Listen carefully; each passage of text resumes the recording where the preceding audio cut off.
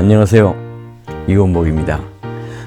오늘은 좀 미묘한 이야기인데요. 그러니까 역사에 대한 사화 이야기입니다. 역사에 대한 사화 그러면 금방 여러분들 떠오르시죠? 일본의 사화. 왜 일본은 잘못하고도 사과를 안 하느냐? 근데 여러 가지 사연이 있겠죠. 일본은 일본적인 이유가 있고 다 그런데 우리는 피해자니까 계속 사과라고 그러고 이러한 비슷한 사례가 세계 곳곳에 있는데요. 제일 대표적인 것이 이제 아르메니아와 튀르키예라고 그러죠. 튀르키예입니다. 여러분들 그 아르메니아란 말 들어보셨죠? 나라 아르메니아. 그 세계 지도를 보시면은 여러분들 많이 들으신 그 산맥 가운데 카프카스 산맥이라는 게 있습니다. 그럼 말만 들으면 잘 모르실 거예요. 카프카스 말은 많이 들었는데 그게 어디 있는지는 정확하게 아시는 분이 많지 않아요. 지리를 좀 상상해 보시면은 지중해가 있죠. 그 위에 흑해는 아시죠? 블랙시. 그 옆에 흑해 옆에 카스피해라고 있습니다. 흑해, 카스피해. 그 사이에 있는 그 땅에 있는 이 산맥 이름이 카프카스 산맥입니다. 카프카스 산맥이 왜 중요하냐면은 인류 문명의 발상지입니다. 인류 문명의 발상지. 왜 그러냐? 이 카프카스 산맥에서 흘러내려오는 강이 티그리스 유프라데스 강이에요. 우리가 얘기하는 메소포타미아 문명이 티그리스 유프라데스 강에서 그 유역에서 시작된 소위 이게 메소포타미아 문명이라고 하지 않습니까? 그래서 이 카프카스 산맥에 있는 그 카프카스 북쪽이 있고 카프카스 남쪽이 있는데 카프카스 남쪽에 있는 두 나라가 아제르바이잔 그리고 그 옆에 있는 서쪽에 있는 나라가 조지아 그 밑에 있는 것이 아르메니아입니다. 근데 아제르바이잔, 아르메니아, 조지아 이게 카프카스 산맥 밑에 있는데 옛날에 지금은 붕괴해버린 구소련의 영토였어요. 그래서 1991년 초에 90년 말에 그 소련이 소비에트 연방이 15개 공화국으로 전부 갈라져 버리죠. 그때 독립해 나온 나라들이 15개 가운데 러시아가 있고 그 나머지 예를 들어서 쭉 있는 나라가 이게 발트 3국하고 뭐 벨라루스가 있고 우크라이나도 옛날 소련 땅이었죠. 그리고 카프카스 산맥에 있는 아제르바이잔, 조지아 그리고 아르메니아 등등 그 다음에 5개 카자흐스탄 그런 나라들 15개 쭉 분리해 나왔는데 이 아르메니아가 굉장히 중요한 근데 이 나라가 이제 원래는 소련에 속해 있었기 때문에 그리고 독립한 지가 1991년에 독립했기 때문에 우리에게는 잘 알려지지 않은 나라예요. 근데 이제 아르메니아 사람들이 원래 나라가 없고 쫓겨가지고 많이 이제 흩어져 살았는데 이 중에 굉장히 많은 사람들이 아르메니아 사람들이 터키에 살았어요. 튀르키에 살았는데 우리가 그 인종학살이라는 얘기를 제노사이드라고 그러는데요. 제노사이드. 이 인종학살에서 가장 대표적인 예로 히틀러의 유대인 학살을 예를 듭니다.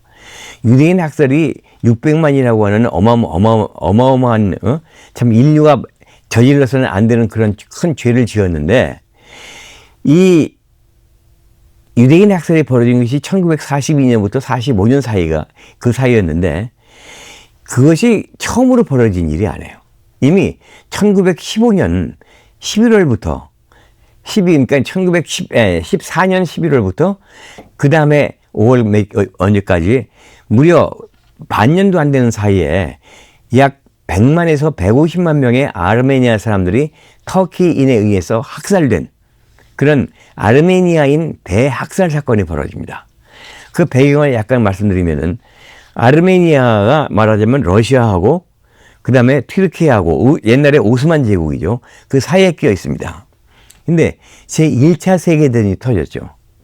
2차 세계대전이 터진 것은 러시아하고 영국하고 프랑스하고 소위 삼국 협상이라고 해서 한 연합이 되고 그 다음에 독일, 오스트리아 그 다음에 독일, 오스트리아, 이태리 이쪽이 이제 추측국이 아니라 삼국 동맹이라고 해가지고 이게 말하자면 반대 세력이죠.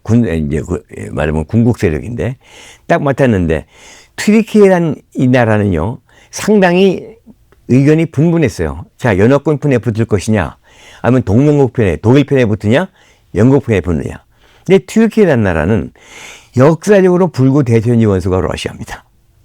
지금까지 역사적으로 봐서 큰 전쟁만 18번인가 19번 했어요. 이건 전쟁했다고 하면 러시아니까. 왜냐면 맞닿아 있으니까. 맞닿아 있는 두 강대국이고 오스만 제국, 그 다음에 러시아 제국이 붙어 있으니까 싸울 수밖에 없죠. 근데 그 사이에 끼는 것이 아르메니아입니다. 자, 그러면은 아르메니아인 입장에서는 그들 나라가 없이 중간에 낀데 오스만 제국이, 일부는 오스만 제국에 들어가 있고 일부는 그 러시아 제국에 속해 있는데 튀르키예, 그러니까 오스만 제국은 그때 우리가 참전을 해야 되긴 되는데 어느 편에 설 것이냐 해서 갑론을박이 많았죠. 근데 결론적으로 1차 대전이 터진 것이 1914년 이제 8월 달에 터지는데 11월 달에 석 달 후에 오스만 제국이 어디에 붙느냐니까 이 독일 쪽에 붙습니다. 왜? 반러시아였기 때문에. 자, 그러면은 러시아하고 또 한 번 전쟁을 하는 거죠. 그러니까 오스만 제국이. 그러면은 이 입장에서 볼 때, 이 오스만 제국, 튀르키예 입장에서 볼 때는 제 문제가 뭐냐, 이 아르메니아인들이다 이거죠. 거기에는 아르메니아인들의 상당수가 뭐냐면 정교도들이거든요, 정교. 아르메니아 정교. 그러니까 기독교도들이란 말이에요. 근데 그 아르메니아 그 지방에는 무슬림인 튀르키예 사람도 엄청나게 많이 살아요. 그러니까 튀르키예가 이게 터키 편이, 튀르키예가 독일 편에 서니까 러시아는 정교 국가네요. 그러니까 기독교도들은 러시아를 지지할 거고, 그 다음에 무슬림들은 오스만 제국도 튀르키예를 지지할 거 아니에요. 그런데 오스만 제국 정부가 1915년 4월 24일 날 235명의 그 아르메니아인, 이스탄불에 살고 있는 아르메니안 지식인들을 한꺼번에 잡아들입니다. 거기에는 의사, 변호사, 교수, 뭐 법조인, 부자, 상인 할 거 없이 모든 은행가도 포함돼서. 근데 당시만 해도 이 아르메니아 사람들은 나는 아르메니아인이 중요한 게 아니라 나는 오스만 제국의 식민이야, 술탄의 식민이야. 그러면서 사이좋게 살던 사람들이에요. 그런 사람들을 어느 날 잡아가지고 그 중에서 235명 가운데 살아 돌아온 사람이 한 명도 없어요. 그렇다면 어떻게 했는지는 아시겠죠. 그런데 그것이 문제가 아니라 그때부터 어떤 명령이 떨어지냐면 아르메니아 지방에 살고 있는 모든 이 무슬림들, 그러니까 이 정교도들이죠. 말하자니까 아르메니아인들이에요. 정교할 것 없이. 이들은 전부 시리아 지방으로, 거기부터 수백 킬로 떨어진 그쪽으로 이주를 하라 이거예요. 그게 무슨 얘기예요? 우리나라에서 1937년인가? 그때 스탈린이 그 연해주, 그리고 사하린에 있던 우리 한족들, 우리 고려인들을 갖다 전부 어느 날 밤에 실어가지고 우즈베키스탄, 타사키스탄 이런 그 중앙아시아에 갖다 버렸잖아요. 그거와 마찬가지로 민족 이동을 시킨 겁니다. 그 과정에서 많이 학살이 벌어지고 해서 약 100만에서 150만 명이, 지금도 정확한 숫자는 모릅니다. 그래서 1915년 4월 24일을 이 아르메니아나 전 세계 135개국에 퍼져 있는 이 아르메니아인들에게는 전부가 똑같은 하나의 현충일입니다. 현충일인데 지금까지도 이 아르메니아의 학살 사건이 문제가 되는 게 뭐냐니까 서방에서는 이것은 분명한 반인륜적인 범죄 행위고 집단 학살이다, 인종 학살이다 이렇게 얘기하지만 튀르키예는 절대 아니다. 지금까지도 부정하고 있다는 얘기죠. 일본하고 상당히 비슷한 케이스인데 왜 그러냐니까 우리는 왜 그런 일이 벌어졌느냐? 이때는 전쟁이었고 러시아 국경에 붙어 있는 아르메니아 지방에서 러시아 편에 서가지고 무장을 한 아르메니아인들이 우리 무슬림들을 대량 학살을 했다. 그렇기 때문에 우리는 그들을 막기 위해서 거기에 살고 있는 우리 터키인 무슬림들을 보호하기 위해서 아르메니아인들을 안전한 별도의 거주지로 이주시킨 것 뿐이다. 우리는 학살한 적 없다. 그래서 이 문제 가지고 지금까지 유엔에서도 그렇고 막 많이 벌어졌는데 튀르키예는 지금까지도 그것을 거부합니다. 근데 인권 문제나 그런 데는 프랑스 혁명에 벌어졌던 프랑스가 오지랖이 좀 넣었지 않습니까? 근데 프랑스는 좀 굉장히 오지랖도 넓고 그래가지고 좀 과격한 면이 있어가지고 거기는 어떤 법을 만들었냐면 2012년에 튀르키예가 저지른 아르메니아 인종학 학살이 아니라고 한 사람은 법으로 벌금을 매긴다. 아니면 감옥형에 처하거나. 그러니까 구속을 하거나 3만 5천 유로의 벌금을 때린다. 이게 뭐냐니까 그러니까 튀르키예가 저지른 그런 만행이 아니라고 하는 사람은 법으로 우리가 이것을 응징을 한다 이거야. 이것도 우리나라도 예를 들어서 광주 민주화 항쟁에 있어서 그런 얘기가 한번 있었죠. 이게 아마 프랑스의 예를 본 모양이에요. 근데 이 법은 나중에 그 헌법재판소의 프랑스에서 이것은 우연이다 해가지고 폐지가 됐어요. 그렇지만 프랑스하고 튀르키예는 지금도 이 사이가 너무 나빠가지고 외교와 관계를 단절한 적도 있었고, 그리고 무슨 그 외교관 다 추방하고 그래서 지금도 서로 으르렁대고 있습니다. 그래서 전 세계적으로 봐서 이게 튀르키예를 지지하는 나라가 거의 대부분이지만 지금도 대결하고 있어요.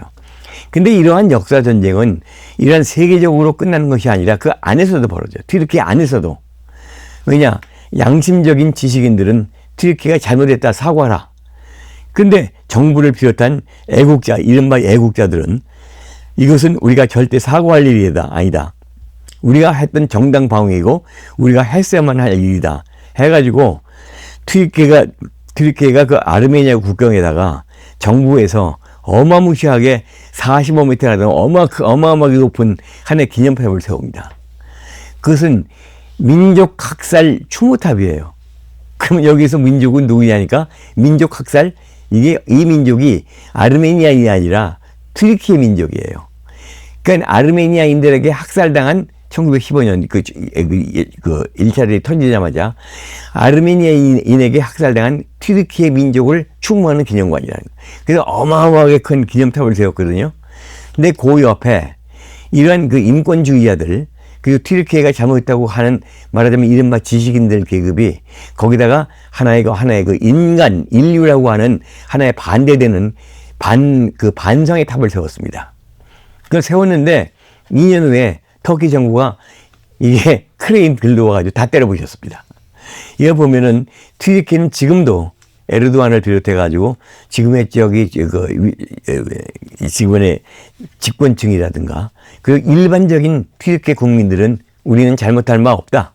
잘못은 이것은 아르메니아였고 우리가 당연히 우리 민족을 보호하기 위해서 했을 뿐이다 하는 그런 견해가 거의 튀르키예 일반적인 국민들의 견해이지만 세계는 지금 사과하라 하는데 터키는 전혀 그럴 의사가 없다는 것입니다. 그래서 튀르키예도 그렇고 일본도 그렇고 이 역사 전쟁은 계속되고 있는 거죠. 감사합니다. 여기까지 하겠습니다.